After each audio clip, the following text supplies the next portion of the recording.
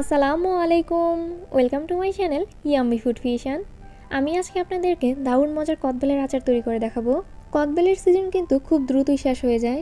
মাঝে মাঝে কদবেল খেতে এত বেশি পরিমাণে ইচ্ছে করে কিন্তু কদবেল পাওয়া যায় না। এই জন্য কদবেলের সিজন থাকতেই কদবেলের আচার তৈরি করে নিতে পারেন। আর এই কদবেলের আচার খেতেও কিন্তু আলহামদুলিল্লাহ অনেক মজা হয়। চলুন দেখে নেওয়া যাক কীভাবে মজাদার কদবেলের আচার তৈরি করতে হয়। আমি এখানে বড় সাইজের 4টা পাকা কদবেল নিয়েছি। আচার তৈরিতে চেষ্টা করবেন পাকা কদবেল ব্যবহার করতে, সেক্ষেত্রে আচার খেতে অনেক বেশি ভালো লাগবে। সবগুলো কদবেলের ভেতরের অংশ একটা বাটিতে নিয়ে নিচ্ছি। এখন এই সব কিছু খুব ভালোভাবে একসাথে ম্যাশ করে নিতে হবে। আপনারা চাইলে হাত দিয়ে ম্যাশ করে নিতে পারেন। আমি একটা ম্যাশারের সাহায্যে ম্যাশ করে নিচ্ছি। ভালোভাবে ম্যাশ করে নেওয়া হয়ে গেলে আচার তৈরিতে চলে যাচ্ছি। একটা হাঁড়িতে হাফ কাপ সরিষার তেল দিয়ে দিচ্ছি। তেলটা হালকা গরম হয়ে আসলে 5টা শুকনো মরিচ হাত দিয়ে একটু ছিঁড়ে এর মধ্যে দিয়ে দিচ্ছি। হাফ চা চামচ দিয়ে দিচ্ছি রসুন বাটা। আপনারা চাইলে রসুন বাটা বাদ দিয়ে দিতে পারেন। সরিষার তেল কিন্তু এরকম ফেনার মতো হয়ে যায়, এতে ভয় পাওয়ার কিছু নেই, নাড়তে নাড়তেই কিন্তু এটা কমে আসবে। এখন এর মধ্যে হাফ টেবিল চামচ দিয়ে দিচ্ছি পাঁচফোড়নের গুঁড়া। আপনারা চাইলে এখানে আস্ত পাঁচফোড়ন ব্যবহার করতে পারেন। পাঁচফোড়ন ভালো মতো মিক্স হয়ে আসলে এর মধ্যে ম্যাশ করে নেওয়া সম্পূর্ণ বেলটুকু দিয়ে দিচ্ছি। আমি এখানে যতটুকু বেল ব্যবহার করছি তা প্রায় 2.5 কাপের মতো হবে। এখন এই সরিষার তেলের সাথে বেল খুব ভালোভাবে মিক্স করে নিচ্ছি। আর এই পর্যায়ে চুলাটা মাঝারি হিটে রয়েছে।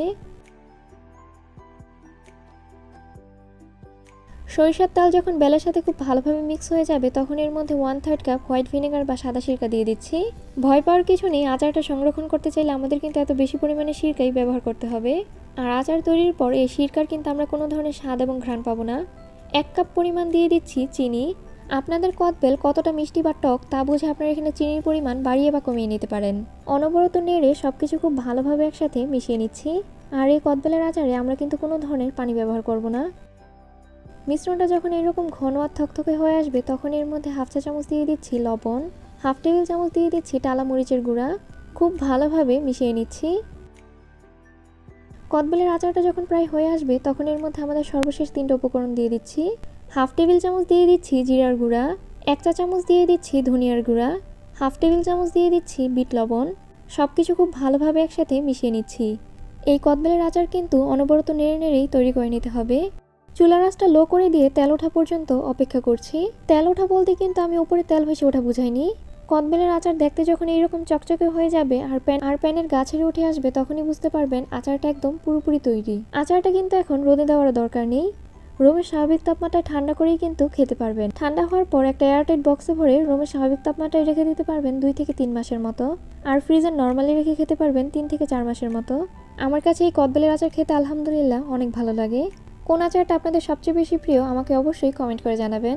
আমার আজকের এই রেসিপিটা আপনাদের কাছে ভালো লেগে থাকলে প্লিজ আমার চ্যানেলটা সাবস্ক্রাইব করবেন। আর যারা সাবস্ক্রাইব করেছেন তাদেরকে অসংখ্য ধন্যবাদ। সবাই অনেক বেশি ভালো থাকবেন, সবাই সবার জন্য দোয়া করবেন। আল্লাহ হাফেজ।